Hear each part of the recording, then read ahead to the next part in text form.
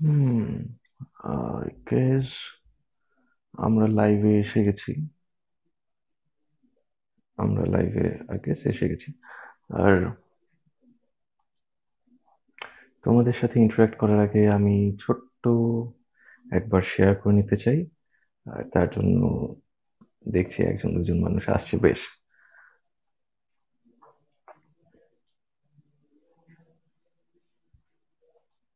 ওকে, নমস্কার বন্ধুরা, শুভ সন্ধ্যা। আমি সাহেব, তোমাদের দোস্ত ও হোস্ট। আর আজকে আরেকটি শুক্রবার, অর্থাৎ আরেকটি সাহেবী বার্তার এপিসোডের দিন। আর আজকের দিনের এপিসোডটা বহু কাঙ্ক্ষিত। বহু আহ, দিন আমরা ওয়েট করেছি, নট অনলি মি, পুরো টিম সাহেবিয়ানা। আর যে মানুষটি আজকে ব্যাক স্টেজে আছে, অর্থাৎ আহ, যাকে আমি এখনো তোমাদের সামনে আনিনি, তার ব্যাপারে ইন্ট্রোডাকশন দেওয়ার আমি কেউ নই তো অবশ্যই।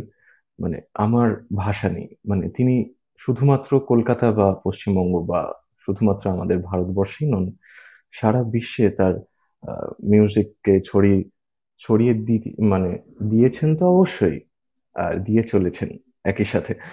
আর আর কিছু বলবো না, তাকে বরং ডেকে নি। হ্যাঁ, জাস্ট ওয়েট। নমস্কার বান্টিদা, শুভ সন্ধ্যা। নমস্কার, নমস্কার। শুভ সন্ধ্যা। আমি সর্বপ্রথম আমি একটু সবার কাছে ক্ষমা প্রার্থী। কারণ এই এপিসোডটা মানে এই লাইভটার জন্য বহুবার তুই আমাকে ফোন করেছিস এবং আমার সময় হয়নি বা বিভিন্ন রকম ব্যস্ততার কারণে হয়ে ওঠেনি। কাজেই টিম সাহেবিয়ানা এবং সাহেবী বার্তাকে আমার মানে কি বলবো, ভেরি সরি। কিন্তু অ্যাট লাস্ট আজকে হলো সেটা। একদম একদম অ্যাট লাস্ট আমরা একসাথে হয়েছি আজকে। আর সত্যি বলতে এই সময়টা খুব খারাপ। মানে যদিও এখন আস্তে আস্তে আমাদের আনলক পর্ব শুরু হচ্ছে, আমাদের ট্রেন এখানে যাওয়া আসা করছে, কিন্তু যেখানে আমরা সবাই একসাথে ঘরে বন্দি নিজের নিজের মতো, সেখান থেকে ঠিক। দাঁড়িয়ে তোমার সাথে কথা বলা সত্যি আমার কাছে একটা বিরাট বড় ব্যাপার। আমি প্রথমেই তোমার কাছে একটা আনঅফিসিয়াল প্রশ্ন নিয়ে যাবো যে কেমন আছো। আহ মিউজিশিয়ানসরা এই প্যান্ডেমিকে যেভাবে রয়েছে আমিও ঠিক সেইভাবেই আছি।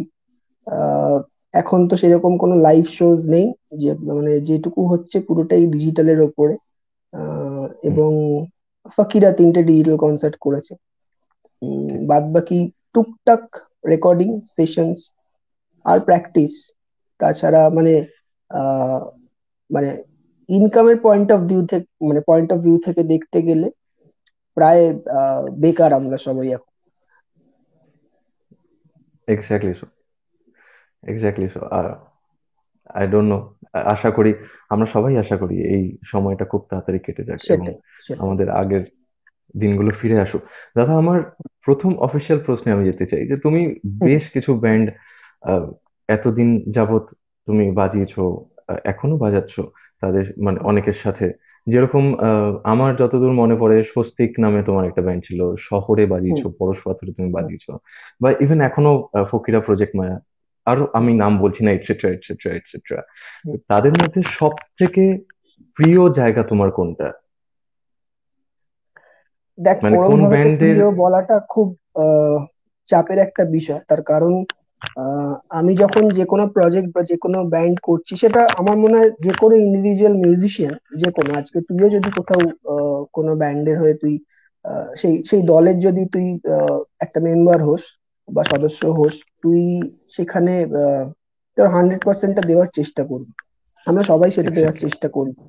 তো সেই জায়গা থেকে দাঁড়িয়ে আহ, মানে কোথায় বাজাতে সব থেকে বেশি ভালো লাগতো বা বেস্ট কোনটা, সেটা বলাটা খুবই মুশকিল। কারণ আমি যেখানে যেখানেই কাজ করেছি বা করার সুযোগ পেয়েছি, আমি আমার 100%টা দেওয়ার চেষ্টা করেছি। এবং একদম। আগামীতেও আমি যদি অন্য কোনো প্রজেক্ট করি, এখন যে এখন আমার মাদার ব্যান্ড ফাকিরা, হুম। তাছাড়া প্রজেক্ট মায়া আছে, টুকটাক কলকাতা ভিডিওস এর টুকটাক কিছু কাজ চলছে, আহ, আরো এদিক ওদিক সেশনস যেগুলো আছে সেগুলো তো আছি, সেইগুলো তো বাজাতেই হচ্ছে। তো এখন আমি যে প্রজেক্ট গুলোর সাথে যুক্ত, প্লাস আমার নিজের যে প্রজেক্টটা বিপিএম, হুম। হুম। সেইটা সেটাও মানে একটা বড় একটা দল, মানে অনেকটাই বড় দল, প্রায় 18 জন 20 জনের একটা দল। তো ঠিক ঠিক। সব জায়গাতেই আমি মনে করি যে আমি 100%টা আমার দেওয়া উচিত, শুধু আমার বলে নয়, একটা দলে যতজন সদস্য থাকে সবার থেকেই দল সেটা এক্সপেক্ট করে। তো এক্স্যাক্টলি। সেই জায়গা থেকে আলাদা করে ওরকম ভাবে মানে বেস্ট কোনটা সেটা বলাটা খুব টাফ। ওকে। ওকে, আমরা জানলাম না বেস্ট, তবে তোমার এই রকম কি কোনো ব্যাপার আছে যে এটা বেটার ছিল, মানে এই জায়গাটা আমার মনে হয় এই না দিনগুলো ফিরে বেস্ট, পেতে আমি চাই। দেখ বেস্ট বলতে গেলে আমার প্রথমে আমি আমার প্রথম ব্যান্ড স্বাস্তিক, এটা তুই হুম। জানিস।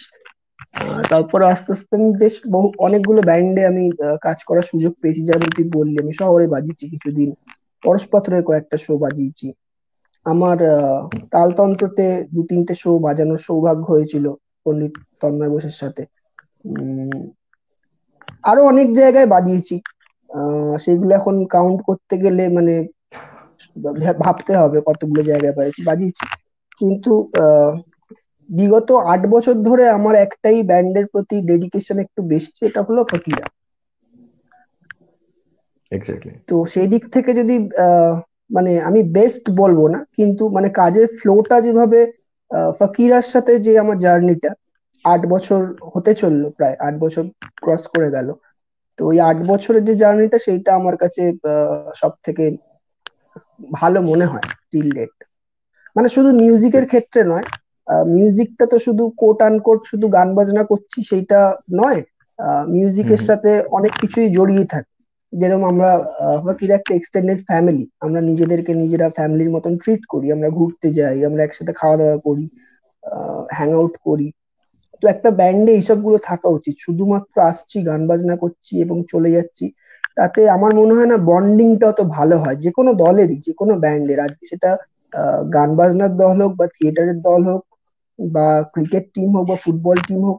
আহ একটা সদস্যের সাথে আরেকজন সদস্যের যদি সেই কি বলবো রিলেশনশিপটা যদি ভালো না থাকে, মানে ফ্যামিলির মতন বা ভাইয়ের মতন হুম। বা হুম। বন্ধুর মতন যদি সেইটা যদি গড়ে না ওঠে, তাহলে আলটিমেটলি নেট রেজাল্টটা ঠিক ভালো হয় না, এইটুকু আমার মনে হয়।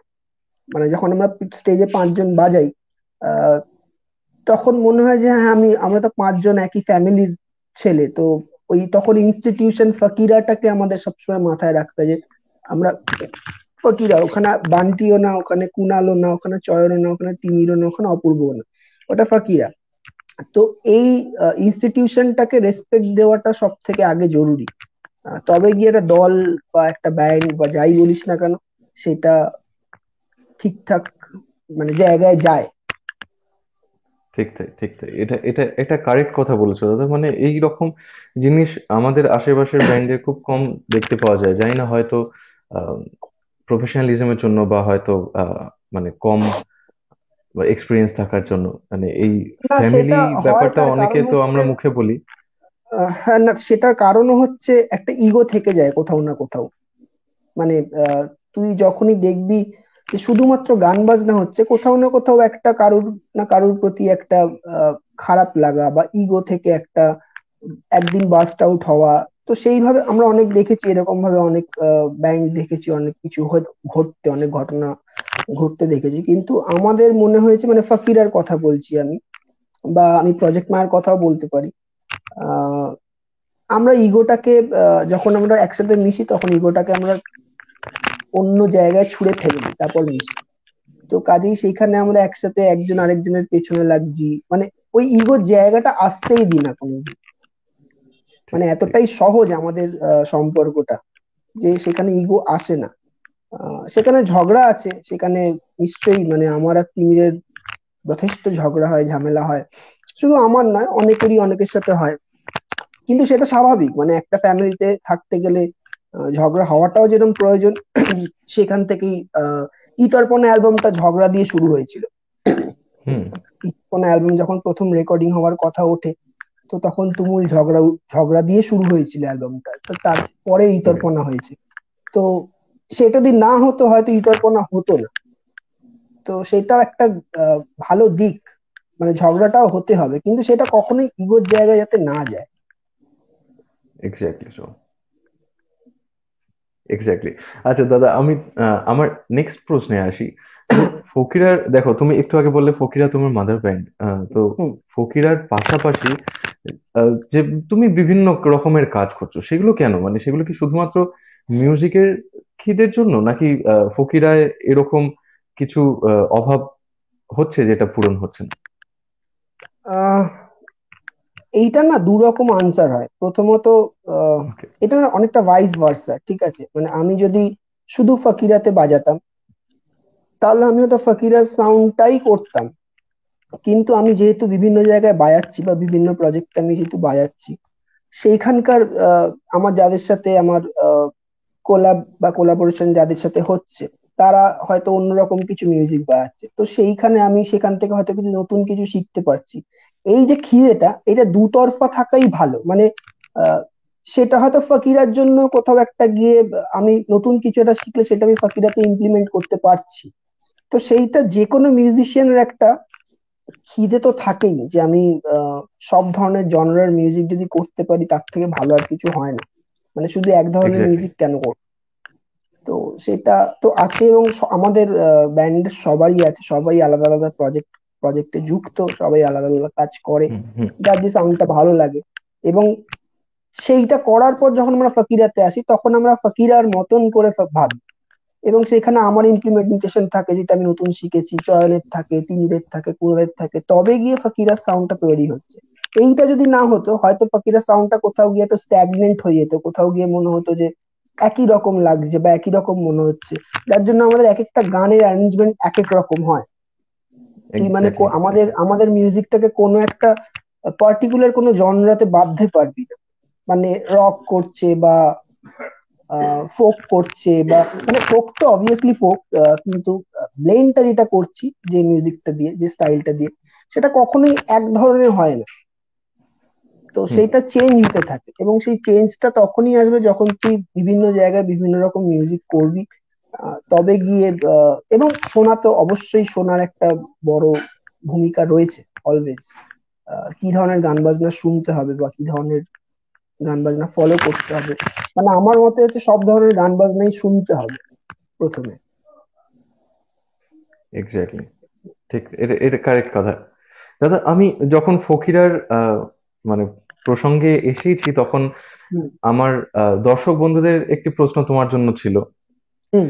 যে, যখন বান্টিদা ফকিরার অনুষ্ঠান করে তখন বান্টিদার গালে একটা রাউন্ড আঁকা থাকে, সেটা কি মানে ফটোজেনিক হওয়ার জন্য, নাকি সেটার পিছনে অন্য কোনো কারণ আছে? না, এটার পেছনে একটা কারণ আছে, অবশ্যই আছে। সেটা হচ্ছে আমাদের ফকিরের একটা রীতি আছে, সেটা হচ্ছে আমরা বাকিরা সবাই চোখে কাজল পরে। হুম হুম। তো এবার আমি যেহেতু সানগ্লাস পরে থাকি, তো আমার কাজল পরা না পরাটা মানে সেটা দেখা যায় না। তো আমি যার জন্য এক্স্যাক্টলি। বলেছি যে আমার কাজল পরেও লাভ নেই, কারণ আমার দেখা যাবে না। তো এবার ওই এক যাত্রায় পৃথক ফল যাতে না হয়, সেই কারণে আমিও ভাবছিলাম অনেকদিন ধরে যে সবাই কাজল পড়ছে কিন্তু আমি একা পড়ছি না। সামহাও কোথাও একটা ডিসকানেক্টেড হয়ে যাওয়ার একটা ব্যাপার আমার মনে হয়েছিল যে আহ, সবাই আমরা একরকম ড্রেস, আমাদের যে ড্রেস কোড আমরা সেটা করছি, স্টোল নিচ্ছি, আমরা থাকি একভাবে, যাই একভাবে, আহ একসাথেই সবকিছু করি, খালি এই কাজলটা যখন ওরা পরে আমি তখন পড়ি না। তো এটা হুম অনেকদিন ধরেই মনে হয়েছিল প্রথম প্রথম। তো তারপর আমাদের ফাকিরার যে লোগোটা আছে, তো আমি একদিন হঠাৎ করে এমনি আমি বললাম যে ফাকিরার লোগোটা একটু এঁকে দে তো, গালে দেখতো কেমন লাগে, ফেস ট্যাটুটা অনেকে করে ওঠে। উম, হুম হুম। তো যদি ভালো লাগে তাহলে করবো আমি এটা। তো তিনি তখন প্রথম এঁকে দিয়েছিল ওটা, তারপর থেকে ওটা আচ্ছা। আহ, চলতে থাকে আর কি। বেশ, ওটা ওটা একটা এবং ওটা তোমার কাজল ইউনিক দিয়েই পয়েন্ট হয়ে করা গেছে। হয়। হ্যাঁ, ওটা কাজল দিয়েই করা হয় শো এর ওঠার আগে। আবার ওটা মুছে ফেলা হয়। ওকে, ওকে, ওকে, বেশ। এই জিনিসটা আমার তো জানা ছিল না, কাইন্ড অফ। প্লাস হুম। হয়তো অনেক বন্ধুদেরও এটা জানা ছিল না যে এই জিনিসটা আমি তোমাদের থেকেই বার করেছি। এবং যে সকল বন্ধুরা আছো তারা যদি আমাদের কথোপকথনে সামিল হতে চাও, দুটো প্রশ্ন তোমার ব্যক্তিগতভাবে এবং তোমার যা কোয়ারি আছে তা করতে পারো কমেন্টের মাধ্যমে। অবশ্যই আমি সেই কমেন্টটা বান্টিদের কাছে কনভে করে দেবো। আমি আপাতত আমার নেক্সট প্রশ্নে আসি। হুম। দাদা, তুমি বিপিএম নিয়ে যে কনসেপ্টটা করছো, হুম। সরি, আমি ফকিরের আরেকটা আমার প্রশ্ন ছিল, আমি মিস করে গেছিলাম। আমি সেই প্রশ্নটা ফিরে আসি যে ফকিরের হুম। হুম। আহ,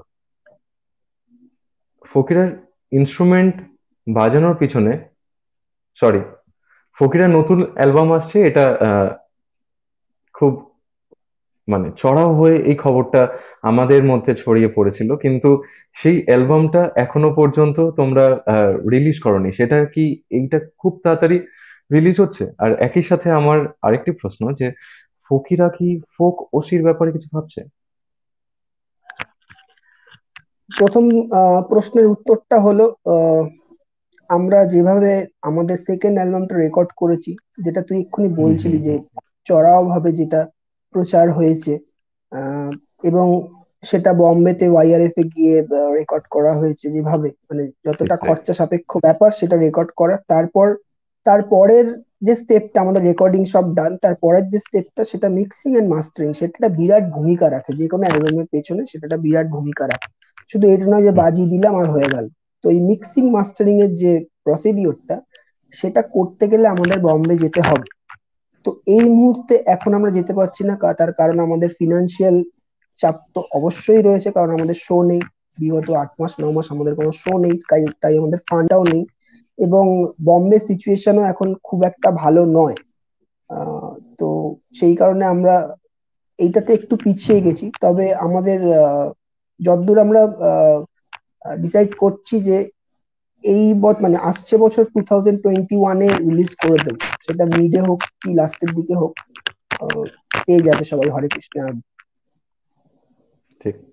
মানে সব যদি বেশ। ঠিকঠাক শুরু হয়ে যায়, আমাদের শো ফো গুলো যদি ঠিকঠাক শুরু হয়ে যায়, তো আহ, এবার যেহেতু আমাদের সেলফ প্রডিউসড অ্যালবাম, মানে আমাদের তো কোনো হুম, হুম, স্পন্সরশিপ হুম। নেই, পুরোটাই নিজেদের দিয়ে করতে হয়। তো আমাদের শো ফো গুলো আসলে আমাদের ফান্ড যেগুলো আহ, করা থাকে, মানে যেটা ফান্ডিং হয় শো এর থেকে, তো সেটা যদি ঠিকঠাক হয়ে যায়, আমরা আশা করছি এবছর মানে আসছে বছর 2021-এ মিডে কিংবা লাস্টের দিকে আমরা পুজোর আগে আগে আমরা অ্যালবামটা রিলিজ করতে পারবো। টাচউড ওকে। এখনো এরকমই প্ল্যানিংস রয়েছে। বাকিটা আর আমি সময় আমার যে দ্বিতীয় এবং প্রশ্নটি ছিল হুম। যে প্রথম ফোক ওসি কনসেপ্টটা আমার যতদূর মনে পড়ে, হুম। আর সত্যি বলতে আমি খুবই ছোট এবং খুবই বাচ্চা একটি ছেলে হুম। যে হুম। অল্প হুম। বিস্তর মিউজিক করার চেষ্টা করছি। তো আমার হুম। প্রথম ফোক ওসি আমি শুনেছিলাম ভূমির কাছ থেকে, ভূমি ব্যান্ড। আচ্ছা। তো সেই রকম কি ফকিরাও এরকম কোনো গুজবাম্প আমাদের দিতে চলেছে? ফোক ওসি বলতে আহ, আমরা যেটা বুঝি সেটা হলো ওন কম্পোজিশন। হ্যাঁ, তো একদম, একদম। musicians, মানে ফোকের আমরা যেটা ফোক বুঝি, মানে যেটা লোকগান যেটা বুঝি, লোকের মুখে মুখে যেটা আহ, প্রচলিত হয়, যে যেসব গান। তো এবং একটা ফোক গানের যে দর্শন থাকে বা যে ভাব থাকে, এটা আমরা ফাকিরাতেও বহুবার লাইভে বলেছি যে এখনো আমাদের সেই পরিমাণ, সেই ভাব, সেই দর্শন আমাদের মধ্যে, আমরা যে লাইফস্টাইলে বিলং করি, আহ, সেইটা এখনো আমাদের মধ্যে হয়তো আসেনি বলেই আমরা হয়তো এখনো সেই জায়গাটা আহ, যেতে পারছি না, যে আমরা এক্ষুনি দুম করে একটা ওসি লিখেই করে দেব। তো এবং সেটা আমরা করতেও চাই না, কারণ ফকিরা সেই জন্য হয়নি। ফকিরা হয়েছিল শুধুমাত্র লোকসঙ্গীত, বাউল ফকিরি গান, রবীন্দ্রসঙ্গীত, এই এই ধরনের গানগুলোকেই রিক্রিয়েট করে করার জন্যই প্রজেক্টটা শুরু হয়েছিল। এবং তারপর সেটা পরবর্তীকালে সেটা ব্যান্ড হয়ে গেছে। তো কখনোই আমাদের এখনো অব্দি আমরা এরকম কিছু ডিসাইড করিনি যে আমরা ওসি আমাদেরকে করতেই হবে। কিন্তু ওকে। অন দা আদার সাইড, তিমিরের প্রচুর অরিজিনাল মানে ওর ওন কম্পোজিশন আছে, কুনালের আছে, হুম চয়নের আছে, কিন্তু সেইগুলো ফোক নয়। তো সেইটা তো আলাদা একটা জনরা হয়ে যাবে। কাজেই ওসি নিয়ে এখনো ভাবছি না, কিন্তু আমরা বিভিন্ন ভাষার মানে বিভিন্ন রিজিয়নাল ল্যাঙ্গুয়েজ নিয়ে আমাদের কাজ করার ইচ্ছা আছে। মানে রাজস্থানি ফোক করার ইচ্ছা আছে, একটু একটু আরেকটু ধর একটু কবিরের গান বা ওই ধরনের, সেটা নিয়ে আচ্ছা আমরা প্ল্যানিং করছি। আমরা যদি একটু ল্যাঙ্গুয়েজ ব্যারিয়ারটাকে ভাঙতে পারি, শুধুমাত্র বাংলায় যেটা করছি সেটা আরেকটু যদি ল্যাঙ্গুয়েজ ব্যারিয়ারটা ভেঙে যদি অন্য কোনো ভাষায় আমরা রিজনাল মানে অন্য অন্য রিজনাল ফোক যেগুলো হয়, হুম তো হুম সেইগুলো যদি করতে পারি, তো সেইটা নিয়ে আমাদের প্ল্যানিং চলছে। দেখা যাক কি হয়। একদম। I wish you all the best. Thank you, thank দাদা, আমি এবার সেই আগের প্রশ্নটা ফিরে যাই, মানে যে প্রশ্নটা আমি ভুল করে করে ফেলেছিলাম। ইউ। যে বিপিএম এর যে কনসেপ্টটা, এই কনসেপ্টটা হয়তো ওয়েস্ট বেঙ্গলে প্রথম সারির চিন্তা ভাবনার মধ্যেই একটা। তো এই কনসেপ্ট মানে বান্টিস পারকাশন মেথডাইজ, এই কনসেপ্টটা তোমার কিভাবে এলো মাথায়? এইটা ওয়েস্ট বেঙ্গলে প্রথম কিনা আমি জানি না, তার কারণ এরকম অনেক আমি দেখেছি অনেক ড্রাম সার্কেল হয়েছে, অনেক কিছু হয়েছে যেগুলো খুব একটা মানে যেটাকে বলে না মানে চর্চায় আসেনি। মানে হয়তো হয়েছে কোথাও না কোথাও, আমি শিওর যে কোথাও না কোথাও হয়তো এরকম কোনো কাজ হয়েছে, আহ, কিন্তু মানে আমি নিজে বলছি তালতন্ত্র বা রিদমস্কেপ তন্ময়দার, বিক্রমদার, আহ, যারা ইনস্ট্রুমেন্টাল কাজকর্ম করে, ইনস্ট্রুমেন্টালিস্টদের নিয়ে কাজকর্ম করে, তারা নিশ্চয়ই ডেফিনেটলি কোথাও না কোথাও করেছে। আর বাংলার বাইরে তো প্রচুর করেছে, মানে জাকির জি ফাকির জি, টফিক জি ফাফিক জি, এগুলো অনেক আগেই করেছে, বহু বছর আগে করেছে। মুম্বাই স্ট্যাম্প ফ্যাপ অনেক কিছু আছে।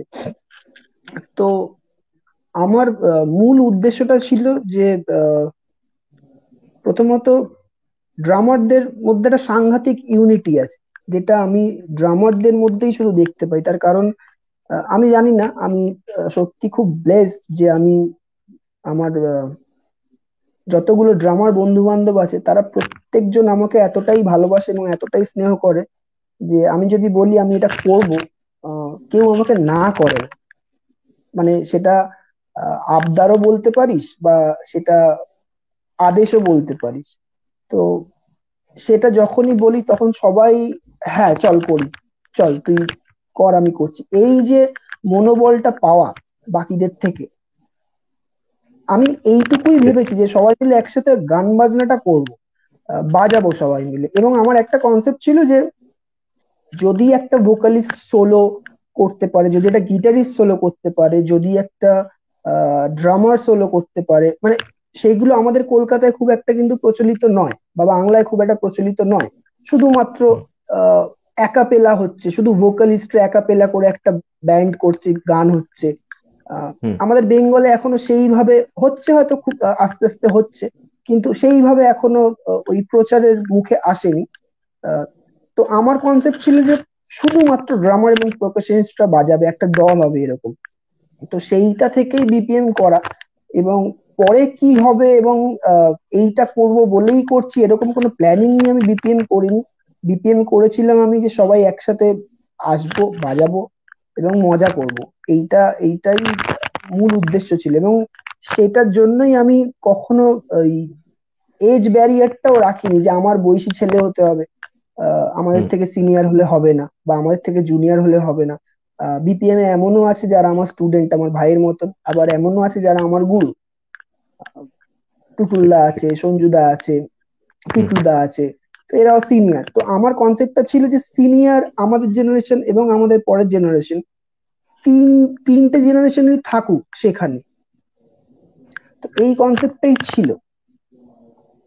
এবং সেই ইউনিটি থেকেই হয়তো আজকে আমার, নীলাঞ্জনের, তুষারের, বিট্টুর, সুমনের, পিকলুদা, টুটুলদা, সঞ্জুদা, এরা প্রত্যেকেই প্রচন্ড কি বলবো হেল্পফুল। এবং উম, মানে আমি যেইটা বলেছি, ইনফ্যাক্ট লকডাউনে আমরা একটা ভিডিও করেছিলাম, জাস্ট আমি এমনি বলেছিলাম হ্যাঁ যে হ্যাঁ হ্যাঁ। যে যা পারবি বাজিয়ে পাঠাবো।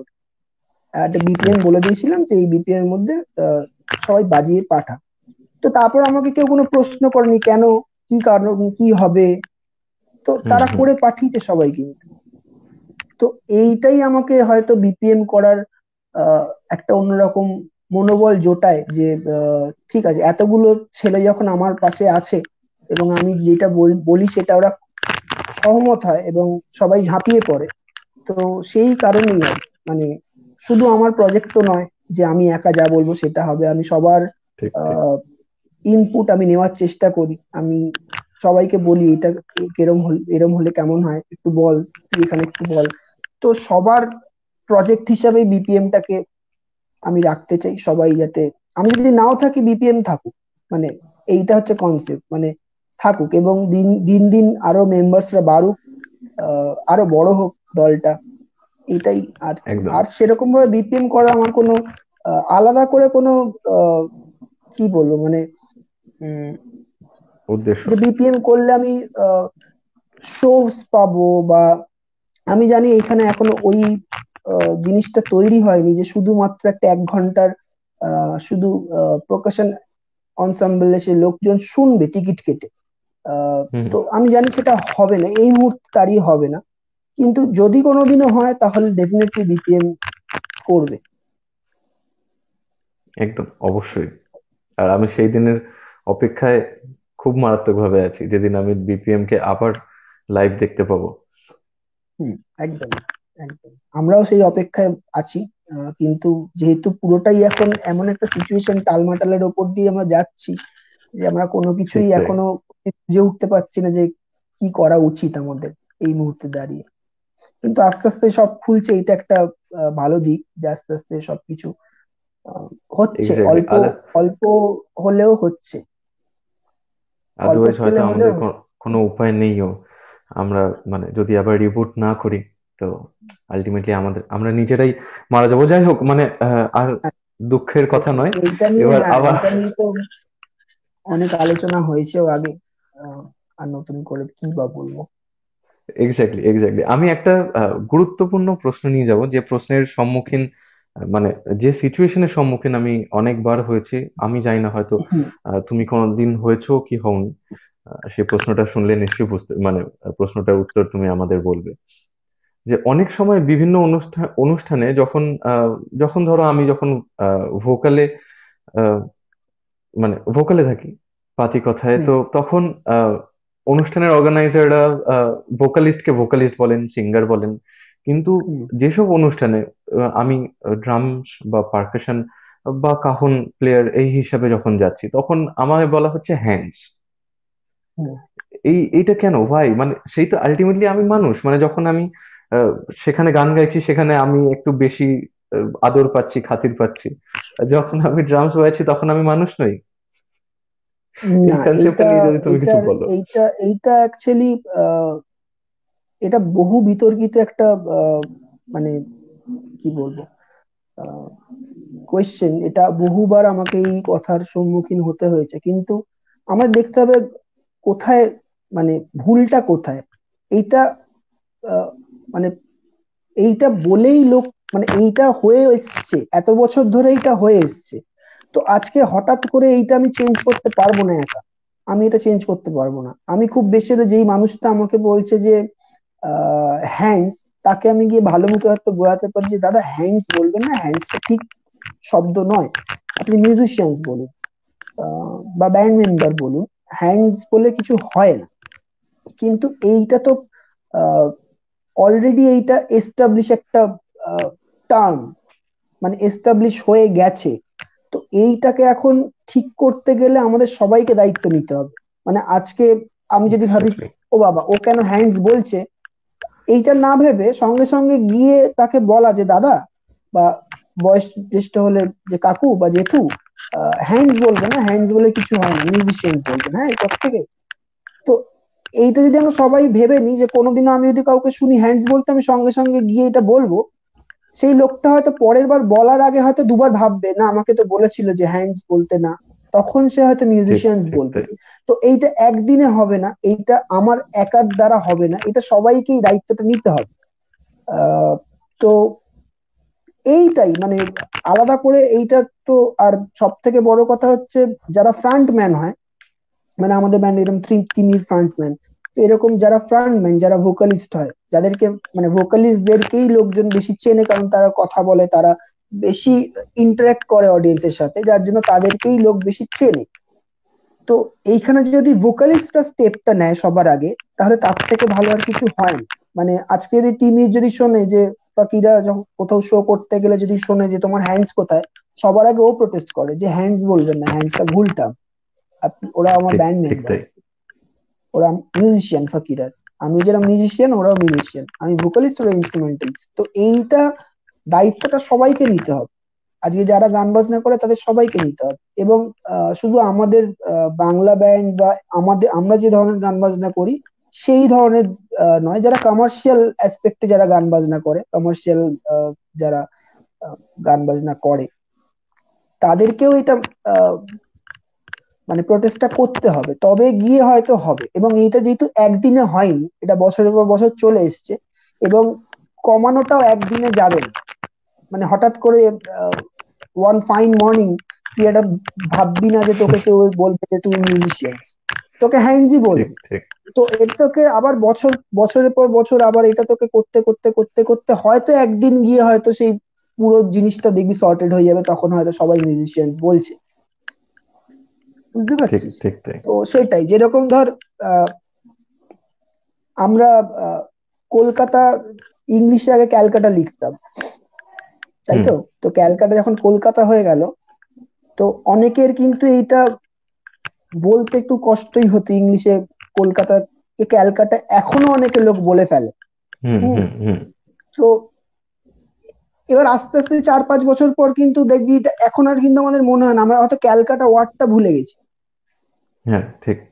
আমাদেরকে এখন কলকাতাটা এমন হয়ে গেছে, সব জায়গায় কলকাতা ইন্টারন্যাশনাল এয়ারপোর্ট, কলকাতা হুম হুম তমুক, হুম। কলকাতা তমুক, এতটাই কলকাতা হয়ে গেছে যে ক্যালকাটা আমরা এখন আমাদের মাথা থেকে বেরিয়ে গেছে। কিন্তু আমরা কলকাতার আগে ইংলিশ দেখলেই হয়তো ক্যালকাটা আমরা ভাবতাম, মানে ঠিক ঠিক। ইংলিশে লিখতে গেলে আমরা কলকাতা লিখতাম না, ক্যালকাটাই লিখতাম। তো হুম। সেরকমই মানে ওটা হবে, আস্তে আস্তে হবে, কিন্তু প্রচেষ্টা করে যেতে হবে। মানে যেখানেই শুনবো আমি সেখানে আমি দাঁড় করিয়ে খুব ভদ্র মুখে ভালো মুখে বোঝানোর মতন করে যে রেগে গেলে চলবে না। রাগ মানে রাগ দিয়ে বা তুই কেন আপনি এরকম বলছেন বা কেন, সে তো জানেই না, সে তো এইটা শুনেই বড় হয়েছে, তো তাকে তো দোষ নেই। ঠিকই তাই। কিন্তু তাকে ঠিকটা বোঝাতে হবে যে এইটা হচ্ছে অ্যাকচুয়াল টার্ম, আপনি যে টার্মটা ইউজ করছেন এটা কোনো টার্ম নয়। এক্স্যাক্টলি।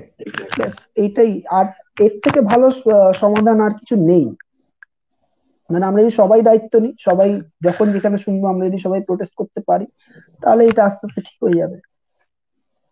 একদম কিন্তু তাই। এবং এটা অনেক আর অনেক কমেও গেছে, অনেকটা কমে গেছে। মানে আহ, আমি অনেক জায়গায় দেখেছি যে মানে অনেক মফস্বল এরিয়াতে গিয়ে দেখেছি যে সেখানে মিউজিশিয়ানস বলছে কিন্তু হ্যান্ডস বলছে না।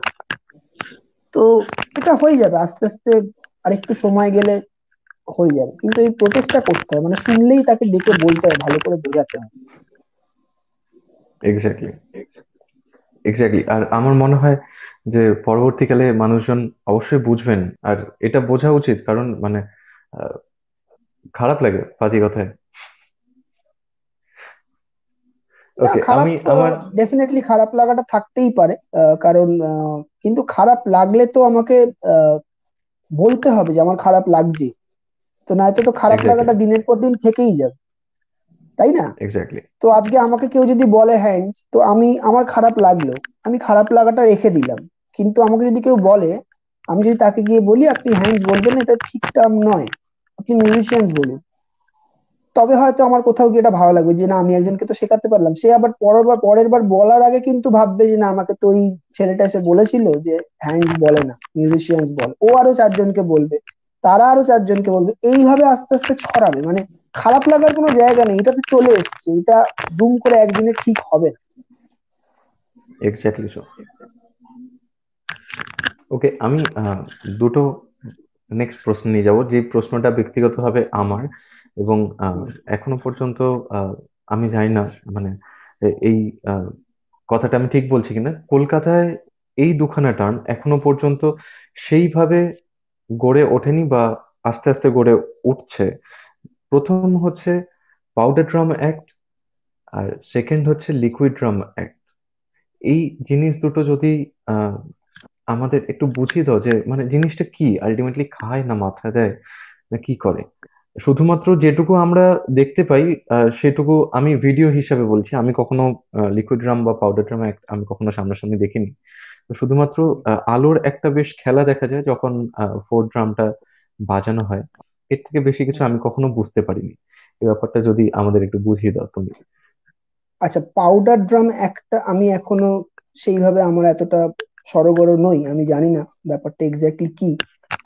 কিন্তু পাউডার ড্রাম অ্যাক্ট বলতে আমি যেটুকু বুঝেছি, আমি একবার একটা এক্সপেরিমেন্ট করেছিলাম। সিম্বলস এর ওপর পাউডার ঢেলে তারপর সিম্বলসটাকে হিট করলে ওটা যখন জার্ক করে, তো ওটা হুম। ধোঁয়ার মতন জাস্ট স্প্ল্যাশ হয় এরকম। তো ঠিক। যে কোনো ড্রাই জিনিস স্প্ল্যাশ হবেই। হুম। সেটা জলও হতে পারে বা পাউডার গোছের ওই ওরকম কিছু হতে পারে। তো সেইটা ভিডিওতে ইউজ হয় অনেক সময়। আমারও নিজের এরকম একটা ভিডিও আছে যেখানে আমি ওটা করেছিলাম। কিন্তু অ্যাক্ট হিসাবে আমি জানি না পাউডার ড্রাম অ্যাক্টটা কি হয়। আর লিকুইড ড্রাম অ্যাক্টটা যতটুকু আমি জানি, কারণ আমার সৌভাগ্য হয়েছে liquid drum act city tour করার। আহ, সেটা ওরিয়েন্ট এক্সপ্রেসের এক্স ড্রামার শঙ্কর দা, তিনি আমার গুরু ভাই কচুদার ছাত্র ছিলেন। উম, এবং তিনি লিকুইড ড্রাম অ্যাক্ট করেছিলেন 4টে সিটিতে। ওর সিটি ট্যুর ছিল। কোনো একটা নামি কোম্পানির কোনো লোগো লঞ্চ বা কিছু, এবং সেইটা ওই লিকুইড ড্রাম একটাই ওটা মেন আর কি। ওটাই কি বলবো, বলে না যে মানে ফাইনাল অ্যাক্ট ছিল ওই লিকুইড ওকে। ড্রামটা। তো ওই লিকুইড ড্রামটার সাথেই লোগো লঞ্চটা একসাথে মানে হচ্ছিল। তো এরকম আমরা 4টে সিটি ট্যুর করেছিলাম। এবং লিকুইড ড্রামের একটা ব্যাপার আছে, লিকুইড ড্রামের একটা অদ্ভুত মেকানিজম আছে যেটা না হলে লিকুইড ড্রাম হয় না। অনেকেই করছে, অনেকেই করে আমি দেখি, কিন্তু আহ, আমি যেটা করেছি সেটার একটা প্রপার প্রসিডিওর আছে। সেই ড্রামটা বানাতে হয়, সেই ড্রামটা অনেকটা হাইটে বড় হয়, ফ্লোট টমের মতন হয়, কিন্তু পুরোটাই ঢাকা থাকে যাতে কোনো রকম ভেতরে যে এলইডি লাইটটা দেওয়া থাকে সেইটা কোনো রকম বাইরে স্প্রেড না করে, শুধুমাত্র হেডের ওপর দিয়ে লাইটটা যেন স্প্রেড করে, মানে যেহেতু হেড হুম। হুম। ট্রান্সপারেন্ট, হুম। হেডের ওপর দিয়ে স্প্রেড করে। এবং সরি, এবং ওই ড্রামটার মধ্যে একটা মোটর ফিট করা থাকে, প্রত্যেকটা ড্রামের আলাদা আলাদা মোটর ফিট করা থাকে। ওকে। এবং ওই মোটরের সাথে ওয়াটার ট্যাঙ্ক ফিট করা থাকে, পুরোটাই ড্রামের ভেতরেই থাকে। ওই ওয়াটার ট্যাঙ্কে ওয়াটার থাকে, ভেতরে মোটর থাকে, এবং মোটরের সাথে কন্ট্রোলার থাকে যেটা পায়ে থাকে। ওই কন্ট্রোলারটা চাপলে পাইপের দ্বারায়, পাইপটা সেট করা থাকে হেডের ওপর, জলটা ওঠে। তো হুম। জলটা হুম। যখনই ওঠে, তো এইটা ওই আহ, এইটার জন্য ওয়ার্কশপ করতে হয়েছিল আমাদের, যে কতটা আমি প্রেস করলে প্যাডেলটা কতটা জল উঠবে। কারণ ওখানে রেগুলেটর লাগানো থাকে মোটরে, কতটা স্পিডে জল উঠবে, কতটা কম স্পিডে জল উঠবে। এবং তার সাথে বাজানো, কারণ হুম। হেডে যদি জল থাকে তাহলে হেডে যদি থই থই করে জল, তাহলে তো বাজানো যাবে না, মানে হেডের আওয়াজটা আসবে। তাহলে আমাকে এক্স্যাক্টলি। কতটা জল ঠিক থাকলে তবে আমি গিয়ে হিট করলে স্প্ল্যাশ হবে, প্লাস ড্রামসের সাউন্ডটাও বেরোবে। তো এইটা একটা ওয়ার্কশপের ব্যাপারও ছিল, ওয়ার্কশপ করতে হয়েছিল, কারণ দুম করে কাউকে দিলে সে ওটা কন্ট্রোল করতে পারবে না, কারণ ওইটা সিনক্রোনাইজেশন করে বাজাতে হয়, মানে কতটা আমি প্যাডেল প্রেস করলে কতটা জল উঠবে, এবং তারপর আমি হিট করব কোথায় গিয়ে। এবং সেটা পুরোটাই কিন্তু রিদমে হচ্ছে, এরকম নয় যে আমি একটু এদিক ওদিক হয়ে যাচ্ছে, কারণ যেহেতু ড্রাম লাইন হ্যাঁ। এক মানে 4 জন বা 5 জন বা 10 জন যতজনই বাজাক সবার হাত উঠছে মানে উঠছে, পড়ছে মানে হিট হুম। করছে মানে হুম। হিট করছে, আবার উঠছে একসাথেই। তো কারুর ঠিক। একজন এলোমেলো হয়ে গেলে কিন্তু খুব বাজে লাগে দেখতে, সেই জন্য সেটাকে অ্যাক্ট বলা হয়। এবং এখন অনেকেই করছে সেটা, কিন্তু যারা করছে তারা হয়তো প্রপার প্রসিডিওরে করছে না। কিন্তু আমার মনে হয় যে প্রপার প্রসিডিওরে করলে জিনিসগুলো আরো ভালো হবে। এবং দেখারও তো একটা ব্যাপার থাকে, মানে দেখতে ভালো লাগলে তবে মানুষ সেটার প্রতি অ্যাট্রাক্টেড হয়। মানে আজকে আমি দেখলাম তোর মনে হচ্ছে যে এই যে তুই যেরকম জানিস না কি পাউডার ড্রাম এক বা লিকুইড ড্রাম এক, তুই শুনেছিস হুম হুম খায় না হুম। মাথায় দেয় তুই জানিস না, কিন্তু তুই যদি প্রপার এক্স্যাক্টলি। তুই তুই যদি প্রপার লিকুইড ড্রাম শুনিস প্রপারলি, যারা ড্রাম লাইন এক বিদেশে যেগুলো হয় বা দেখিস, তখন তুই বুঝতে পারবি যে আচ্ছা এটা এরকম, এত ভালো। তখন তোর মনে হবে যে আচ্ছা এটা তাহলে দেখতে হবে তো কখনো লাইভ হলে বা কিছু। তো সেইটা আমার মনে হয় মানে ওই শো অফ তো বটেই, তার কারণ আহ, সবকিছুই এখন যেহেতু আহ, আমাদের দেখনদারির ওপর চলছে, তো মানে আমরা সবাই জানি জলের ওপর স্ট্রোক করলে জলটা ছিটকে স্প্ল্যাশ স্প্ল্যাশ হয়, এবং যেহেতু হুম ড্রামের ভেতর লাইট দেওয়া থাকে বিভিন্ন রকম কালার হয়। তো আমরা ফাউন্টেন দেখেছি সবাই, হুম। ঝর্ণা শাওয়ার দেখেছি, শাওয়ারে যেরকম লাইট ফিট করা থাকে, তো ফাউন্টেনে যেরকম যেরকম হয় আর কি। তো ওই স্ট্রোক করলে অন্ধকারের মধ্যে তখন ওই আহ, জলের স্প্ল্যাশ গুলো তখন ওই কালারের মতন ছিটকে ছিটকে বেরোয়, তখন ওটা ইলিউশন মনে হয় একটা, দেখতে ভালো লাগে। তো যার জন্য সেটাকে লিকুইড ড্রাম বলে। আর পাউডার ড্রামটা আমি সত্যি জানি না পাউডার ড্রামটা কি, কারণ আমি এখনো অব্দি এটা জানি না কি অ্যাকচুয়ালি ব্যাপারটা। ওকে, নেক্সট কখনো আমরা এই ব্যাপারটা নিয়ে আবার একবার না হয় আলোচনা করব। আর নিশ্চয়ই সত্যি পাউডার বলতে ড্রামটা আমরা আমি অনুষ্ঠান। এখনো আমি শুনিনি যে এরকম পাউডার ড্রাম অ্যাক্ট বলে কিছু হয় কিনা। মানে পাউডার অনেকে আচ্ছা। সিম্বলস এর ওপর দিয়ে হয়তো বাজিয়েছে, বা উম, বিভিন্ন রকম আহ, আবির দিয়ে আমি দেখেছি, আবির, কালারফুল আবির, হ্যাঁ, হুম কালারফুল হুম হুম। আবির ড্রামস এর ওপরে দিয়ে তারপর সেটা যখন স্ট্রোক করছে আবিরটা ছিটকে বেরোচ্ছে, তো এইগুলো ভিডিওতে আমি দেখেছি। সেইটা তো মানে সেইটা অ্যাক্ট হতে পারে না, সেইটা ভিডিওর একটা কনসেপ্ট হতে পারে। মানে তাহলে আমাকে সারাক্ষণ কেউ একজন পাশে দাঁড়িয়ে থাকতে হবে যে আমাকে হয়তো হেডে সাপ্লাই করবে আবে, পাউডারটা, ঠিক। দেবে। তো সেটা তো দেখতে খারাপ লাগবে, একজন দাঁড়িয়ে আছে পাশে, বা কেউ জল, ধর ওই মেকানিজমটা না থাকতো লিকুইড ড্রামে, যদি ওই ওই সিস্টেমটা না থাকতো, কেউ এসে ধর মগে করে জল দিচ্ছে হেডে, তো সেটা যেরকম দেখতে লাগবে আর কি, ওটা ওরকম ওটা হয় না, মানে ওটা অ্যাক্ট হয় না তাহলে। তো এখন আমি ঠিক ঠিক। লিকুইডটা জানি তাই বললাম, পাউডারটা আমি জানি না কিভাবে হয়, তার মেকানিজমও জানি না। কিন্তু আই এম থ্যাঙ্কফুল যে লিকুইড ড্রামটা আমি নিজে করেছি বলে আমি এতটা জেনেছি। বাদ বাকি এইটুকুই। এক্স্যাক্টলি। আমরা প্রসঙ্গত বলি অনুষ্ঠানের প্রায় শেষের দিকে চলে এসেছি, এবং আবারও ধন্যবাদ বান্টিদাকে এতক্ষণ ধরে সময় দেওয়ার জন্য। আর এখনো সময় দিয়ে চলেছেন তিনি। আর ধন্যবাদ তোমাদের যারা দেখছো এবং পরবর্তীকালে দেখবে, যে তোমরা এতটা সময় নষ্ট করে 42 মিনিট দেখলে। আর আমি জানি না তোমার কতটা কি হচ্ছে না হচ্ছে। তো যাই হোক, সেসব পরের কথা। আমি আসি আমার নেক্সট প্রশ্নে। আহ, হুম, বান্টিদার কাছে আমার একটা আহ, জানার যে মানে যেটা আমি জানতে চাই যে, সাধারণত আমি বিভিন্ন জায়গায় শুনেছি যে একটা ব্যান্ড যদি নির্দিষ্ট কোনো জনরের উপর কাজ করে, তাহলে সেই ব্যান্ডটা নাকি অনেক বেশি স্টেবল হয়, অনেক বেশি মানে নীতিগতভাবে আহ, শক্ত হয়ে থাকে। সেখানে তুমি কিছুক্ষণ আগেই বললে, আবার আমি সেই ফকিরা কথাতেই ফিরে আসছি। কিছুক্ষণ আগে বললে তুমি ফকিরায় কোনো নির্দিষ্ট জনরে নিয়ে তোমরা কাজ করো না, বিভিন্ন রকমের জনরাকে তোমরা এক্সপ্লোর করতে ভালোবাসো। এই এই দুটো আহ, মানে উল্টো দেখ পিঠের এইটা কথাকে তো তুমি কিভাবে দেখবে? এইটা এইটা তো এইটা তো যারা ব্যান্ডটা করছে তাদের ডিসিশন এটা। হুম আমরা হুম যেরকম ফাকিরা করেছি, আমরা এতটাই উন্মুক্ত বা এতটাই খোলা যে আমাদের কাছে কোনো মিউজিকই, আমাকে অনেকে বলেছে প্রথম প্রথম আমাকে বলেছে ড্রামে কি প্যাটার্ন বাজাচ্ছিস, ড্রামসের মতন বাজা, ড্রামসটা কেন বাংলা ঢোলের মতন বাজাচ্ছিস বা ইন্ডিয়ান স্টাইলে কেন এরকম ভাবে বাজাচ্ছিস, আমাকে বহুজন বলেছে। কিন্তু আমার মনে হয়েছে যে আমি যদি ড্রামসটাকে ফকিরার সাথে ড্রামসের মতন করে বাজাতাম, তাহলে আজকে যে গানগুলো যেভাবে মানুষের কাছে পৌঁছেছে, আজকে নিজামুদ্দিন বা উম, আমাদের যে কাভালি গুলো আছে, হুম। যেগুলো করি আমরা, পাল তুলেদের মাঝখানে যে পার্ট গুলো, তো আমার মনে হয়েছে যে এই সাউন্ডটা একটা নতুন সাউন্ড, ফ্রেশ সাউন্ড, যেটা আমি জানি না এখন অব্দি ড্রামে এইভাবে কেউ বাজিয়েছে কিনা, কিন্তু আমি যদি বাজাই তাহলে এটা নতুন শুনতে লাগতে পারে। তো আমি জাস্ট এক্সপেরিমেন্ট করেছিলাম, তো এখন আমি অনেককেই দেখি যেটা বাজায়। আহ, ওটাই বললাম যে এটা পুরোটাই কলটা ব্যান্ডের হয়, মানে আজকে আমি একটা জনার নিয়ে স্টিক করে থাকতেই পারি, অনেকেই করে এবং তারা স্টেবল, ডেফিনেটলি তারা স্টেবল, তারা আছে, ডেফিনেটলি আছে যারা একটা যে জনার জনারের ওপরেই কাজ করছে।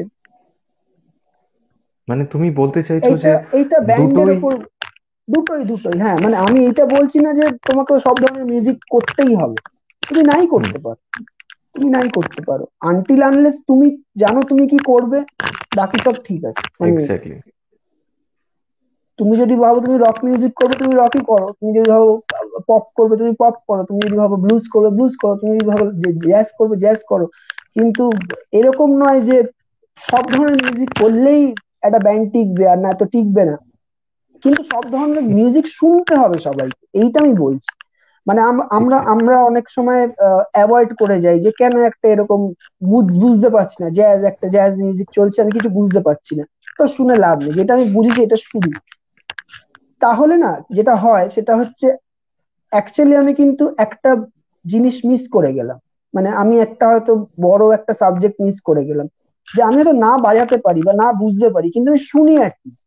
ওই শোনার অভ্যেস হুম। যদি থাকে আমি আস্তে আস্তে আস্তে আস্তে হয়তো কিছুটা বুঝবো, বুঝতে বুঝতে হয়তো কোনোদিন একটু একটু বাজাতে শিখলাম। তো এইভাবেই তো হয় পুরোটা। আজকে আহ আমার টুনির মা শুনতেও আমার কোনো আপত্তি নেই, কারণ আমি টুনির মা ওইভাবে জাজ করে শুনবো না যে টুনির মাটা খারাপ গান। আমি দেখবো ওখানে ঠিক এসেন্সটা ঠিক কি কি ঠিক বাজ ঠিক। কি বাজছে, কেমন বাজছে, কি কি কি কি জিনিস ইউজ হয়েছে ওখানে, কোন কোন ইনস্ট্রুমেন্ট গুলো বাজানো হয়েছে। তো সেরকমই মানে গান, মানে গান বাজনা হয়, মানে সেটা আমি জানি না, মানে অনেকে অনেক রকম তকমা দিতে পারে, কিন্তু আমি নিজে কমার্শিয়াল বাজিয়েছি। উম, আমাকে সব ধরনের গান বাজনাই শুনতে হয়েছে এবং আমি এখনো শুনি। আমার আহ, কোনো বলতে আমার এক এক ফোঁটা লজ্জা নেই যে আমি আমি আমি ফাটিয়ে বলিউড শুনি, আমি ফাটিয়ে ভোজপুরি গান শুনি, প্লাস যা যা শোনার এমনি আমার যা যা শোনার আমি শুনি, আমি সব রকম গান বাজনা। আমি গান বাজনা আলাদা কিছু হয় না। এক্স্যাক্টলি। তো এক্স্যাক্টলি সো, সেই এক্স্যাক্টলি সো। ব্যারিয়ারটা থেকে বেরোতে হবে, মানে আমি এইটাই শুনবো, এটা ছাড়া আর অন্য কিছু শুনবো না, সেটা হয় না। মানে দাদা আমার আমি। যেরকম ল্যাটিন, আমি বলে নিই একটু, আমার যেরকম ল্যাটিন হুম খুব হুম হুম। ফেভারিট সাবজেক্ট, ল্যাটিন মিউজিক আমার খুব একদম। ফেভারিট সাবজেক্ট, কিন্তু তার বলে আমি সারাক্ষণ ল্যাটিন শুনে যাবো সেটা তো নয়, তাই না? ঠিক ঠিক ঠিক। আমি ডেফিনেটলি শুনবো, আমার ভালো লাগার একটা সাবজেক্ট, আমি ডেফিনেটলি সেটা শুনবো, কিন্তু সেটার থেকেও আমাকে টাইম বার করে আমাকে অন্য মিউজিক শুনতে হবে। ঠিক। এক্স্যাক্টলি। আর তুমি এই কথাটা আমাদের অর্থাৎ মানে আহ, মানে আমরা যারা তোমার ছাত্র আছি তাদের তুমি বারংবার আমি এটা বলেছো ক্লাসে এবং বারবার বলি। ঠিক। আর সত্যি বলতে এটা আমি এতক্ষণ ধরে বলিনি এবং আহ, অনেকেই হয়তো জানো না যে আমার শিক্ষাগুরু বান্টিদা, আর আমি আজ পর্যন্ত যেটুকু ড্রামস বা পারকাশন বাজাতে পারি তা তার জন্যই। আর দাদা আমি ছোট্ট একটা র্যাপিড ফায়ার প্রশ্নে আসি যে তোমার সব থেকে পছন্দের ব্যান্ড কি? ফকিরা বা তুমি যা যা মানে যেসব সেটআপে বাজিয়েছো তারা বাদ দিয়ে। মানে আমি কি বাংলার কথা বলবো নাকি না, যে কোনো ইন্ডিয়ার কথা বিশ্বের যে কোনো বলবো না প্রান্তের। বিশ্বের যে কোনো প্রান্তে, তাহলে তো ভাই লিস্ট শেষ হবে না, মানে না প্রচুর মানে অনেক সব বড় থেকে লিস্ট পছন্দ আছে। বা এই মানে যে কোনো মুডে তুমি তাদের গান শুনতে পারো, এইরকম কোনো ব্যান্ড বা কোনো আমি ওটাই বললাম তো, মিউজিশিয়ান? আমি সব রকম মোডে সব রকম গান শুনতে পারি। এবার আমাকে যদি বলা হয় যে বেস্ট কোনটা, আমি বলতে পারবো না, কারণ আমার ওই ওকে। লিস্টটা অনেকটা বড় হয়ে যাবে, মানে আমার এত পছন্দের জিনিস আছে, এত কিছু আছে যে আমি ওটা শেষ করতে পারবো না। হুম। তবে অ্যাজ আ প্রফেশনিস্ট বা আমার যে সাবজেক্ট সেইটার দিক থেকে দেখতে গেলে আমার অবভিয়াসলি আমি আহ, আমার ভালো লাগার কিছু ব্যান্ড আছে, কিছু ড্রামার আছে, সোলো পারকাশনিস্ট আছে, তাদের অবশ্যই আমি আগে তাদের কথা উঠবে, তারপর ব্যান্ডের কথা উঠবে। মানে আমার আমার যে মিউজিক করার সত্তাটা সেইটা আমি ডেফিনেটলি আমি আগে শুনবো, আমি জাকির জি শুনবো, আমি হুম হুম। ত্রিলোক গুপ্ত শুনবো, আমি ডেনিস চেম্বার শুনবো, আমি ডেভ ভেকেল শুনবো, আমি সান্টানার প্রকাশনীদের শুনবো। তো আমার এই শোনাগুলো আমার প্রথম প্রথম তালিকায় থাকবে। তারপর তারপর তো আছেই, মানে কার কথা বলবো, মানে মাইকেল জ্যাকসন থেকে শুরু করে আহ, পরপর চলবে।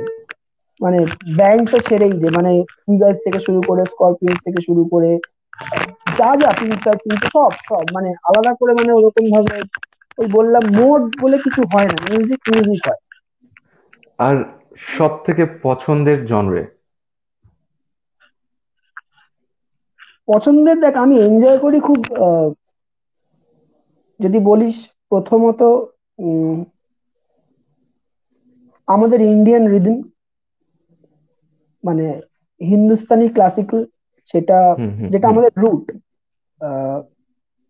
এবং যেহেতু আমার শুরুটা তবলা থেকে, আমার তারপর আমি তবলা খুব একটা কন্টিনিউ করিনি, কিন্তু আমার ইন্ডিয়ান ক্লাসিক্যাল মিউজিক শুনতে আমার ভালো লাগে অবশ্যই। তারপরে আমি আহ, যেহেতু ল্যাটিন মিউজিক শিখেছি কচুদার কাছে, হুম হুম হুম সেইটা আমার কাছে অনেক বেশি আমাকে টানে, মানে আমাকে ওই ল্যাটিন মিউজিকটা আমাকে খুব টানে। আর তারপরে যদি বলিস ফোক, মানে সেটাও আমার কাছে মানে বিরাট একটা, মানে সেটা ফাকিরা আহ, করার আগে আগে হয়েছে, মানে বলবো না যে বহু বছর ধরে, সেটা ফাকিরা করার আগে আগেই হয়েছে সেটা। তো 8 বছর হয়ে গেছে তো ওই মানে, মানে আমি বলছি না, মানে ওরকম ভাবে আহ, বলা খুব মুশকিল যে পার্টিকুলার এই জনরাটা বা এই স্টাইলটা আমার খুব পছন্দের বা কিছু। আহ, কারণ ওইসব মিক্স অ্যান্ড ম্যাচ করেই তো আমরা অ্যাকচুয়ালি সবকিছু, মানে আমার যে ব্যাপারটা, আমি আহ, বিরাট শিক্ষিত নই, মানে আমার সবকিছু দেখে শেখা বা আহ, এখন ইন্টারনেটের দয়ায় সবকিছুই, আমি যতটুকু কচুদার কাছে আমি যতটুকু শিখেছি বা টুকুলদার কাছে যেটুকু শিখেছি, সেইটুকু ছাড়া বাকিটুকু আমার পুরোটাই দেখে দেখে শেখা। কাজেই মানে পুরোটাই ঘাঁটা একটা ব্যাপার। তো আলাদা করে ওরকম পার্টিকুলার কোনো জনার আমি বলতে পারবো না যে এটা আমার ভালো লাগে। আমার সবটাই, বারবার বলছি, আমার সবটাই ভালো লাগে, সবটাই। তুই আমাকে একটা খেয়াল চালিয়ে শোনা, আমি সেটাও শুনবো। হুম আমি এরম ওকে। নয় যে ও বাবা খেয়াল চালাচ্ছিস আমি এখন এটা শুনতে পারবো না, তুই আমার একটা ঠুমরি চালিয়ে শোনা, আমি ডেফ শুনবো, আমি শুনবো, ঠিক আমি ঠিক। শুনবো। হয়তো 1 ঘন্টা পর আমার মনে হবে যে এবার একটা অন্য কিছু চেঞ্জ কর প্লেলিস্টটা, কিন্তু আমি হুম বলবো হুম না যে এইটা কেন চালাচ্ছিস বা কিছু। ঠিক তাই। ওকে, তো আমার এইটা নেক্সট এইটা র্যাপিড ফায়ার প্রশ্ন: হ্যাঁ হুম, অথবা না এর, তোমার লাইফের আচ্ছা। ফার্স্ট ব্রেক থ্রু কি সং কানেকশন, হ্যাঁ বা না? সং কানেকশন, না, হুম। না, না, ওকে। না। তো তবে ব্রেক থ্রু কি বলতে অন্য আমি কিছু? বুঝতে পারলাম না, ব্রেক থ্রু মানে মানে কি বলছিস আমি বুঝতে পারলাম না। ব্যাপারটা যে তোমায় মানে এই মিউজিকের রাস্তায় অনেকটা এগিয়ে দিয়েছে একসাথে। না, সং কানেকশন যেই সময় হয়েছে তখন অলরেডি মানে ফকিরা কিন্তু অ্যালবাম বেরিয়ে গেছে।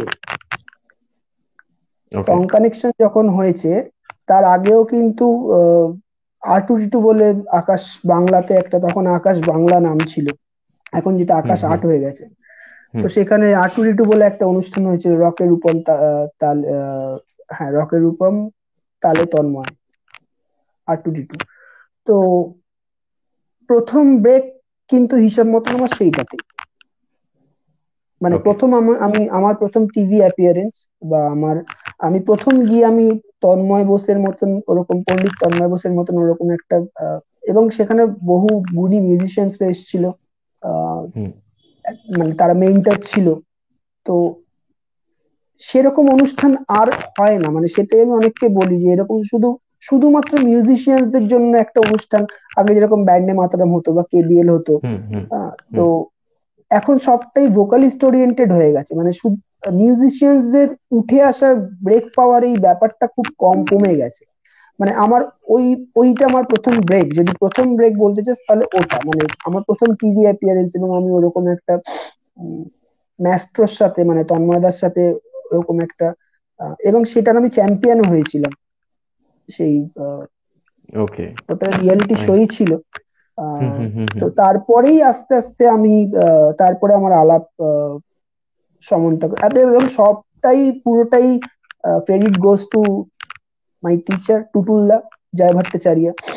টুটুলদাই আমাকে প্রত্যেকটা জায়গায় নিয়ে গেছে, সব জায়গায় ইন্ট্রোডিউস করেছে। এবং তন্ময়দা তখন, টুটুলদা তখন বায়াতো তালতন্ত্রতে, তো তন্ময়দা তখন বলেছিল যে তোর ছাত্রটাকে পাঠাস, এরকম এরকম হচ্ছে। তো টুটুলদা তখন আমাকে ফোন করেছিল। তো আমি তখন অনেকটাই ছোট, এবং আমার একা যেতে তখন অনেকটাই ভয় লাগছিল যে আমি একা একা যাব না। তো আমি তখন সুমনকে ফোন করেছিলাম, কারণ সুমন আর আমি একসাথেই শুরু করেছি, আমাদের জার্নিটা একসাথেই শুরু। তো আমি সুমনকে বলেছিলাম চল আমরা দুজন একসাথে যাই, যা হবে দেখা যাবে, দুজনেই একসাথে বাড়াবো। তখন বললো যে দুজনকে বাড়াতে দেবে। আমি বললাম চল না, যাই না, দেখি না। তো তারপর আমরা দুজন গেছিলাম। তো এটা একটা ভালো এক্সপিরিয়েন্স ছিল ওই ওই টাইমটা। মানে তখন এত কথাও বলতে পারতাম না, এত কিছু জানতামও না, কিন্তু চলে হুম, গেছি হুম। যেখানে বড় বড় মিউজিশিয়ানসরা আসছে, অনেক কিছু শিখতে পারছি, জানতে পারছি। তো এই জিনিসগুলো সামহাও আমার মনে হয় এইগুলো আবার হলে আমার মনে হয় অনেক নতুন নতুন মিউজিশিয়ানস উঠে আসবে। এবং এখন যা আছে একদম, একদম, পুরোটাই সোশ্যাল অবশ্যই তাই। মিডিয়া। সোশ্যাল মিডিয়া আমি মানে এখন ওটার থেকেও বড় কথা হয়ে গেছে আমি ভাইরাল, এই যে কথাটা। তুমি কি ভিডিও দিয়ে তুমি ভাইরাল? না, তাহলে তুমি বাড়াতে পারো না। আমি ভাইরাল, তার মানে আমি বাড়াতে পারি। তো এই জিনিসগুলো হয়ে গেছে এখন, যেটা আমাদের ওই সময়টা ছিল না। আমাদের স্মার্টফোন ছিল না সেই সময়, আমাদের ইন্টারনেট ছিল না। মানে আমরা ঠিক, যখন মানে ওই প্রসেসিং এ ছিলাম, মানে আমরা ঠিক তাই, দুটো ঠিক তাই। জিনিসই দেখেছি।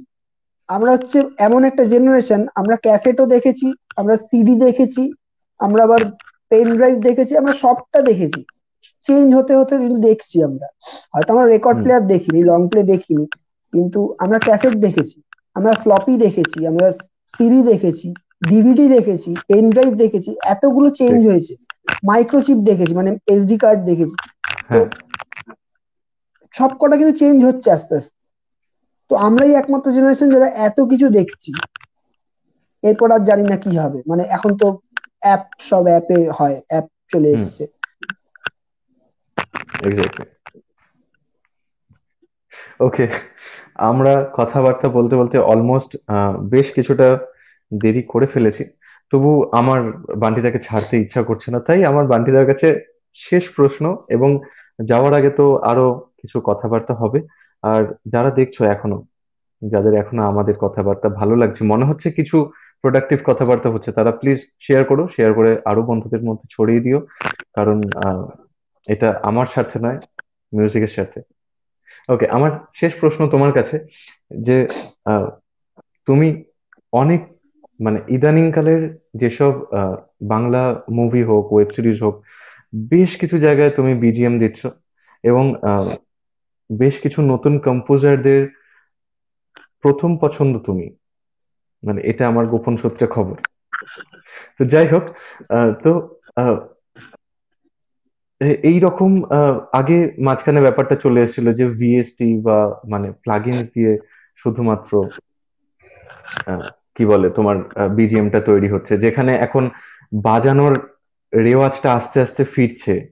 তোমার কাছে আহ, কি মনে হয় এই ব্যাপারটা নিয়ে? মানে এই ব্যাপারটা কি ভালো, কতটা ভালো, যদি তুমি আমাদের সাথে অবভিয়াসলি একটু এটা তো, আলোচনা করো। এইটাই তো হওয়ার মানে এইটাই তো হওয়া উচিত। মানে আমি আমি কোনো প্রোগ্রামিং বা কম্পিউটার বিরুদ্ধে আমি কিছু বলছি না, তার এগেনস্টে আমি ডেফিনেটলি নই।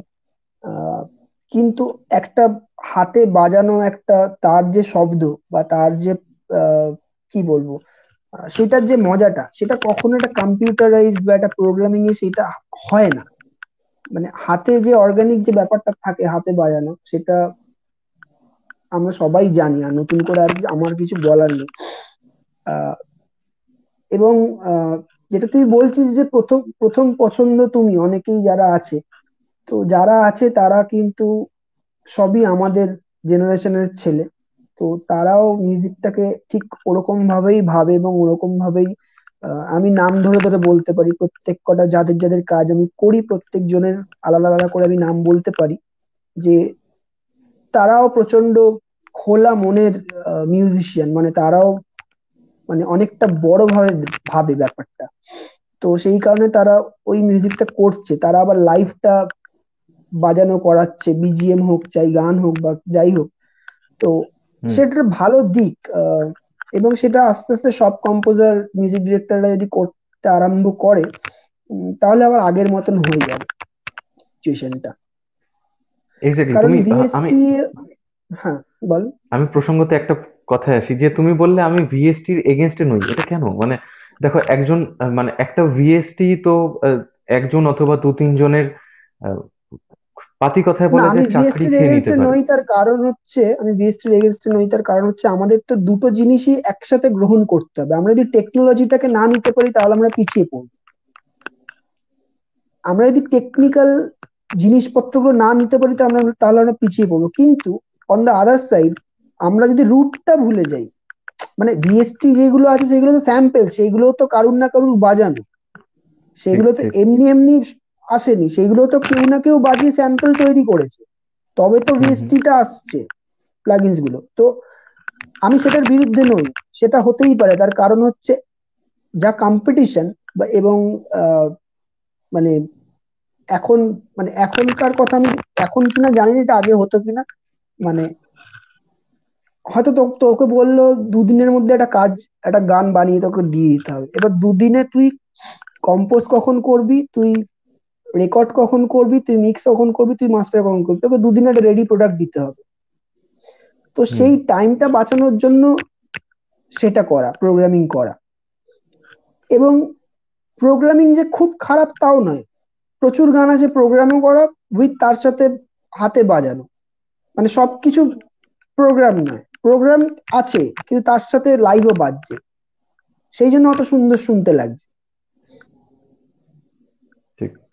আবার শুধু লাইভ বাজালেও হয়তো দেখবি গানের যে যে আহ, যে বড় যে ব্যাপারটা, লার্জার দ্যান লাইফের যে মানে যে যে ব্যাপারটা, যেটা ধর একটা সিনেমার বিজিএম বাজাচ্ছি, সেখানে হুম হুম দুজন হয়তো, ধর আমি কথার কথা বলছি, আমি লাস্ট কয়েকটা ছবির বিজিএম বাজিয়েছি, সেখানে আহ, মানে অনেকটা বড় সাউন্ডস্কেপ দরকার। তো সেইখানে সেই সাউন্ডস্কেপটার জন্য হয়তো 10 জন ড্রামার লাগবে, 10 জন হুম। বা 15 জনকে বাজাতে হয়। তো সেইটা তো সম্ভব না, কারণ সেই বাজেট থাকে না, 10 জন 15 জনকে নিয়ে বাজানোর বাজেট থাকে না। টাচুট সেটা যেন হয় এরকম, যাতে কোনো ছবি এরকম হয় যেখানে একসাথে মিউজিশিয়ানসরা বাজাচ্ছে, স্ট্রিং সেকশন রেকর্ড হচ্ছে আলাদা করে, হ্যাঁ হর্ন সেকশন রেকর্ড হচ্ছে, গ্র্যান্ড পিয়ানো টেক হচ্ছে। তো এরকম যদি হয় তাহলে খুব ভালো হয়, কারণ মিউজিকের বাজেট, ছবির বাজেট যা থাকে মিউজিকের বাজেট তার হাফের হাফের হাফের হাফও থাকে না। তো মিউজিকটা এতটাই কম বাজেট হয়, মানে যে কোনো ছবি। তো সেটা আস্তে আস্তে আমার মনে হয় আহ, দেখা যাক, মানে যদি ঠিক হয় তাহলে অনেকটা লাইভ মিউজিশিয়ানসদের অনেকটা সুরাহা হবে, যারা লাইভ এক্স্যাক্টলি। বাজায় এবং শুধুমাত্র আহ, মানে মানে প্রোগ্রামস বা শো এর ওপর যাদের চলে তাদেরও অনেকটা সুবিধা হবে। ঠিক তাই। ঠিক তাই। আর আবারও ধন্যবাদ বান্টিদাকে, অনেক অনেক অনেক, থ্যাংক ইউ, যে থ্যাংক ইউ, তোমার থ্যাংক এই ইউ, তোকেও থ্যাংক গুরুত্বপূর্ণ ইউ। সময় থেকে একটুখানি সময় আমাকে দিতে পেরেছো। টিম সাহেবিয়ানা তার জন্য তোমার কাছে অনেক অনেক অনেক আভারী। আর থ্যাংক টিম সাহেবিয়ানা যদি তোমার থেকে দুটো কথা শুনতে পায় তাহলে নিশ্চয়ই তারা আরো চার্জড আপ হয়ে যাবে, আরো আরো ভালো কাজ করতে উদ্যত অবভিয়াসলি হবে। তুই টিম সাহেবিয়ানা এবং আহ, তুই যে উদ্যোগটা নিয়েছিস, আহ, আমি প্রথমেই সরি চেয়ে নিয়েছি যে আমি অনেকবার আহ, আসবো আসবো করে আমি কোথাও একটা গিয়ে সময় দিতে পারিনি, কিন্তু তুই বারবার আমাকে বলেছিস ঠিক আছে তুমি তোমার কাজটা করে নাও, তোমার যখন সময় হবে আমি কিন্তু তখনই করব, তোমার কাজটা তুমি আগে এক্স্যাক্টলি। করে নাও। এই যে আহ, মানে কি বলবো এটা, আমি আমি ভেবেছিলাম হয়তো তুই দুদিন পর আমাকে আর ফোন করবি না, কারণ মানে ঠিক আছে, মানে সেটা হতেই পারে। আহ, কিন্তু এটা মনে হয় লকডাউনের সময়কার কথা, তুই যখন আমায় বলেছিলি। তো হ্যাঁ, সেই আমি সময় তোমায় থেকে আর বলেছিলাম কি ওটা, আগস্টের লাস্টের দিকে প্রবাবলি। হ্যাঁ, তো সেইখান থেকে টানতে টানতে টানতে টানতে এসছে। তো উম, নভেম্বরের শেষ। কিন্তু আমি তোকে বলেছিলাম যে লাস্ট টাইম আমার আমি তোকে বলেছিলাম যে একটু চাপ পড়ে গেছিল, কারণ পাখিরা হুম ডিজিটাল হুম হুম কনসার্ট হুম। ছিল, সেইগুলো নিয়ে একটু চাপ ছিল। কিন্তু তবুও যে তোর এই প্যাশন, তুই যেটা করছিস এখন, যে আনছিস, অ্যাটলিস্ট কিছুটা হলেও লোক জানতে পারছে, যেগুলো অনেকে জানে না অনেক কিছু। আমি আহ, মানে কি বলবো, আমার অনেক শুভেচ্ছা টিম সাহেবিয়ানাকে, এবং এইভাবেই কাজ করতে থাক, ভালো মিউজিক কর, আহ, এবং আর কি বলবো, মানে যাই করিস, গান বাজনা কর, আহ, তুই এখন যেটা করছিস সেটা কর, সবটাই তো মিউজিক রিলেটেড। মানে শুধু একটাই কথা বলবো, যেটাই করবি অনেস্টলি করবি, মানে সেটাই শেষ একদম। কথা। মানে আহ, মানে ওই জোড়াতালি দিয়ে কিছু হয় না আর কি, বুঝলিস তো? মানে আজকে এটা করছি, কালকে ওটা করছি। তো সেটাই হলো বিষয়, যে এই যে তুই বললি যে তুই আমার ছাত্র, আহ, কিন্তু হার্ডলি তুই আমার কাছে কটা ক্লাস করেছিস? তুমি লাইভের মধ্যে আমার এরকম লজ্জা দিচ্ছ। না, সেটাই বলছি যে আহ, না, সেটা তো পরের বিষয়, কিন্তু আমি ওটাই বলছি যে উম, আমার ভালো লাগছে যে তুই এরকম একটা উদ্যোগ নিয়েছিস, এবং তুই আরো শুধু নোন ফেস নয়, আমি এটা রিকোয়েস্ট করব যে যারা এখন, মানে আমাদের পরের জেনারেশনে যারা মিউজিক করছে, অ্যাটলিস্ট তাদেরকে সামনে নিয়ে আসার চেষ্টা কর, তারা যাতে আহ, পরিচিতি পায়, তাদেরকে নিয়ে আয়। দেখ, আহ, সত্যি কথা বলতে, আজকে আমাকে হয়তো অনেকে চেনে, আমাকে হয়তো অনেকে জানে আমি কি করি না করি, কিন্তু অনেককেই হয়তো অনেককে চেনে না সে কি করছে, কিন্তু তার আমার থেকে হয়তো বেশি ট্যালেন্ট তার। হুম। তো এরকম মানুষদেরকে মানুষের সামনে নিয়ে আসতে হবে, এবং সেটাই আমি বলছি, শুধুমাত্র ওই কোট আনকোট যাদের লোক চেনে তাদের না এনে, যারা সত্যি মিউজিকটা করছে, প্যাশনেটলি করছে, অনেস্টলি করছে, তাদেরকে নিয়ে আয় মানুষের সামনে। আহ, তাহলে আমার অ্যাটলিস্ট খুব ভালো লাগবে। একদম একদম অবশ্যই। আর এটা সাহেবিয়ানার 21 নম্বর এপিসোড, এবং এর আগে কুড়ি খানা এপিসোড আমি শেষ করতে পেরেছি। কংগ্রাচুলেশন, সেখানে কংগ্রাচুলেশন। সেখানে বিভিন্ন মানুষদের আমি আনার চেষ্টা করেছি। ইভেন আমি এইরকম পরবর্তীকালে চেষ্টা করছি যে মানে আমার আহ, আয়ত্তের বাইরে, মানে যে সকল লেখক বা কবি, এরকম বিভিন্ন মানুষজন আমাদের শ্যামনগরে বা ব্যারাকপুর বেল্ট বা আরো বৃহত্তর ভাবে বলতে গেলে কলকাতা বেল্টে আছেন বহু বহু মানুষ। আমি তাদের মধ্যে যাদেরকে আমি চিনি, যাদের সাথে আমার পরিচিতি আছে, তাদেরকে আমি রিকোয়েস্ট করছি বিভিন্ন সময়। আর হয়তো পরবর্তীকালে আবার দেখতে পাবো। আর বন্ধুদের আপাতত ভাবে বলি যে যদি আজকের লাইভটা তোমাদের ভালো লেগে থাকে তাহলে অবশ্যই লাইক করো, শেয়ার করে বন্ধুদের মাঝে ছড়িয়ে দিও। কারণ আমার মনে হয় যে পাশে যে মানুষটা আছেন তিনি যদি 2 মিনিটও কথা বলেন তাহলে অন্তত একটা আহ, শিক্ষামূলক কথা তুমি শুনতে পাবেই। এটা আমার কথা নয়, যারা যারা তার সাথে আহ মিশেছেন, তার সাথে পরিচিতি আছে, তাদের সবার মুখ থেকেই তুমি এই কথাটাই শুনবে। আর ওকে, আপাতত ভাবে tata, see you, good night, আর স্টে রক। যা বললাম ভুলো না। আমি ততক্ষণ সবাই ভালো বান্টি-দাকে থাকবেন, এগিয়ে দিয়ে আসি। ভালো থাকবেন সবাই, দেখা হবে আবার কোথাও।